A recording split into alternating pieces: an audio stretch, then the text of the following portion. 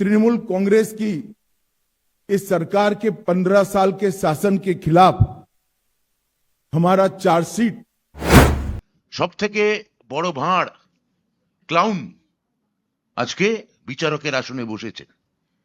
Clown যদি বিচারক হন তাহলে সেই দেশের কি হতে পারে, সেই রাজ্যের কি হতে পারে, আজকে গোটা ভারতবর্ষ দেখছে। ভোট যুদ্ধের আগে প্রচারে সরগরম বঙ্গ। শনিবার কলকাতায় বসে তৃণমূল সরকারের বিরুদ্ধে চার্জশিট পেশ করেছিলেন কেন্দ্রীয় স্বরাষ্ট্রমন্ত্রী অমিত শাহ। তাতে শাসক শিবিরের বিরুদ্ধে দুর্নীতি থেকে শুরু করে সীমান্তে অনুপ্রবেশ, জনবিন্যাস বদল সহ একাধিক ইস্যুতে আক্রমণ করেছেন। मित्रों, बंगाल का ये चुनाव बंगाल के लिए तो महत्वपूर्ण है ही है, परंतु पूरे देश के लिए महत्वपूर्ण। पूरे देश की सुरक्षा बंगाल के चुनाव के साथ एक प्रकार से जुड़ी है। भारतीय जनता पार्टी ने तय किया है कि तृणमूल कांग्रेस के शासन के खिलाफ जनता के जो मुद्दे हैं इसको आवाज देना, जनता की आवाज को मुखर कर बंगाल की जनता के सामने और देश की जनता के सामने प्रस्तुत करना, और बंगाल के आने वाले चुनाव में ये पूरी जो अराजकता तृणमूल के शासन में फैली है इसका हम क्या हल लेकर आएंगे, इसका हम जवाब भी लेकर आएंगे। वो तृणमूल कांग्रेस भले कहे भारतीय जनता पार्टी का चार्जशीट है, परंतु मैं मानता हूं ये बंगाल की जनता ने ममता बनर्जी की सरकार के खिलाफ लगाया हुआ चार्जशीट है। তবে সময় নষ্ট না করে বিকেলে এই শাহী চার্জশিটের পাল্টা তৃণমূলের তরফেও চার্জশিট পেশ করা হয়। মোটা ভাই জবাব চাই নামে 15 পাতার চার্জশিট পেশ করে ব্রাত্য বসু, মহুয়া মৈত্ররা। স্বরাষ্ট্রমন্ত্রীর আনা প্রতিটি অভিযোগ কার্যত নস্যাৎ করেন। তৃণমূলের তরফে এই চার্জশিট পেশ করেন ব্রাত্য বসু, মহুয়া মৈত্র এবং কীর্তি আজাদ। এই চার্জশিট পেশ করার সময় উইলিয়াম শেক্সপিয়ারের উপমা টানেন ব্রাত্য। অমিত শাহকে তড়ি পার বলেও খোঁচা দেন তিনি।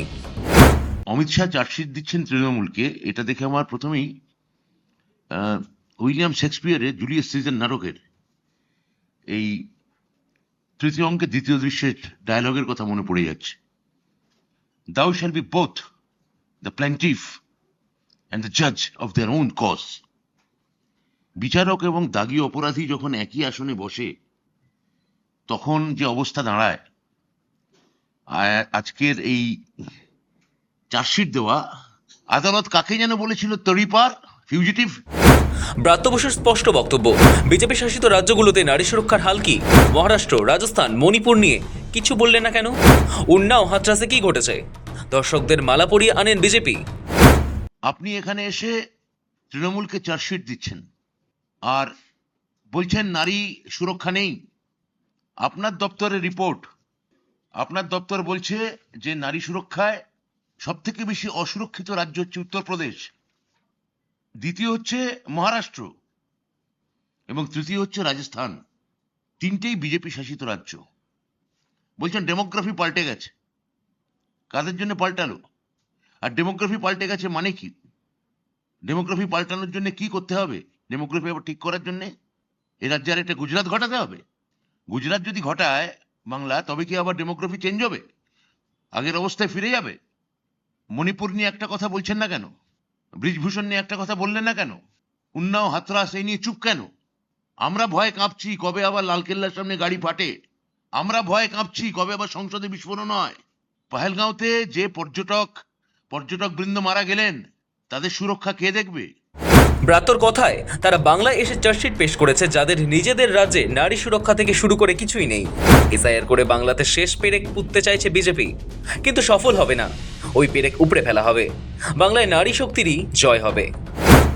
এখানে নারী শক্তি আমাদের নেত্রী মমতা বন্দ্যোপাধ্যায় এই শেষ মুহূর্তে এসআইআর বিরুদ্ধে, এসআইআর নামক শেষ আপনাদের চক্রান্ত যা বাংলার বুকে, তৃণমূলের বুকে কফিনে পেরেক ঠোকার মতো আপনার আমদানি করেছেন, ওই পেরেক আমরা উপড়ে নেব। মানুষ দেখেছে বিজেপি এখানে আসে মানুষের গণতান্ত্রিক ভোটাধিকার কাটতে, আর তৃণমূল কংগ্রেস আছে মানুষকে এখানে ন্যায় দিতে, সুরক্ষা দিতে, মানুষের গণতান্ত্রিক অধিকার রক্ষা করতে। কোনো জোকার সিংহাসনে বসলে সে রাজা হয় না, বরং প্রাসাদটা সার্কাসে পরিণত হয়। এই মন্তব্য করেই নরেন্দ্র মোদী অমিত শাহকে খোঁচা দেন তৃণমূল সাংসদ মহুয়া মৈত্র। কৃষ্ণনগরের সাংসদের কথায়, সমস্ত বিজেপি শাসিত রাজ্যে বাঙালিকে অত্যাচার করা হয়েছে, বাংলাদেশি বলে অপমান করা হয়েছে, আর এখন সেই বাংলায় এসে অমিত শাহ, যিনি একজন তরিপার, মমতা বন্দ্যোপাধ্যায় তথা বাংলার মানুষের বিরুদ্ধে চার্জশিট দিচ্ছেন, এটা আস্পর্ধা ছাড়া আর কিছুই নয়। And I'd like to say that when a clown sits on a throne, he doesn't become a king. The palace becomes a circus. Attoda says, we'd like to remind him of his own charge sheet. His own charge sheet runs into so many pages that he's got to put out something to divert attention from it. This is the same Amit Shah who was declared a Taripar, a fugitive by a special court in his own state, who was persona non grata in his own state, who couldn't enter his own state. This is his legal biography. These are his credentials. And he is standing before a camera to declare a charge sheet against Mamata Banerjee. I mean, the audacity, as we say in Bengali, ashportata dakhen, really, ashportata dakhen. Trinamool সাংসদ কীর্তি আজাদ বলেন, তিনি একটা লম্বা সময় বিজেপিতে ছিলেন, তাই ওদের ব্যাপারটা বেশি ভালো বোঝেন। কীর্তির খোঁচা, একমাত্র ভারতবর্ষেই এটা সম্ভব যে একজন অভিযুক্ত ব্যক্তি দেশের স্বরাষ্ট্রমন্ত্রী হয়েছেন, আর তার স্বভাব বারবার মিথ্যে কথা বলা এবং জোর দিয়ে বলা। আজও চার্জশিট পেশের নাম করে সেই একই কাজ করে গিয়েছেন অমিত শাহ।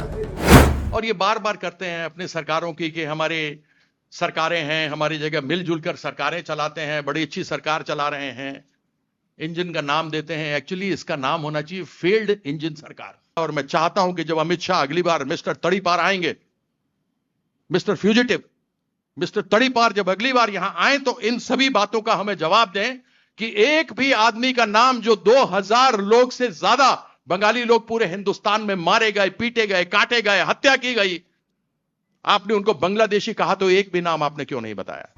26 বিধানসভা নির্বাচনের আগে অমিত শাহের পেশ করা এই চার্জশিটকে মানতেই রাজি নয় তৃণমূল। কে কাদের বিরুদ্ধে কি পেশ করছে সেটা আসল বিষয়, এমনটাই মত ব্রাত্য মহুয়া কীর্তিদের। সৌভিক সান্যালের রিপোর্ট, সময়, কলকাতা।